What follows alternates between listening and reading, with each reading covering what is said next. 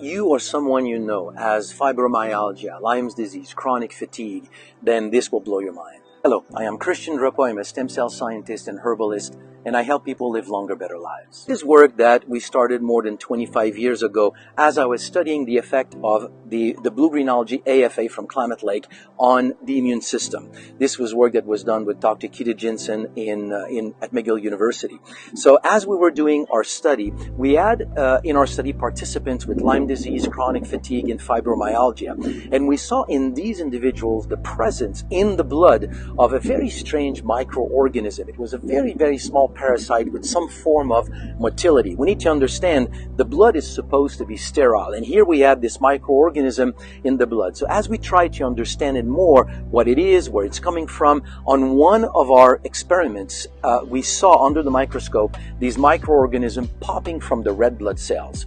And at the same time, there was a researcher at McGill that had published very similar images to what we were seeing, documenting that there is in red blood cells a microorganism that lives in symbiosis in red blood cells because it needs iron. But there seemed to be in the blood an immune factor that keep these microorganisms in check, so they don't come out of red blood cells. And here we had these patients with these three conditions having this microorganism in their bloodstream. And we did not see this microorganism in people consuming AFA. And when we start to give AFA to these people, we no longer see these microorganisms. When we took their red blood cells, blended their red blood cells with the plasma of a healthy people, these microorganisms were not in the blood. They would not come out of red blood cells. So there seemed to be something in the blood that is an immune factor that keeps these microorganisms in check, and it seemed to be in the blood of people consuming AFA.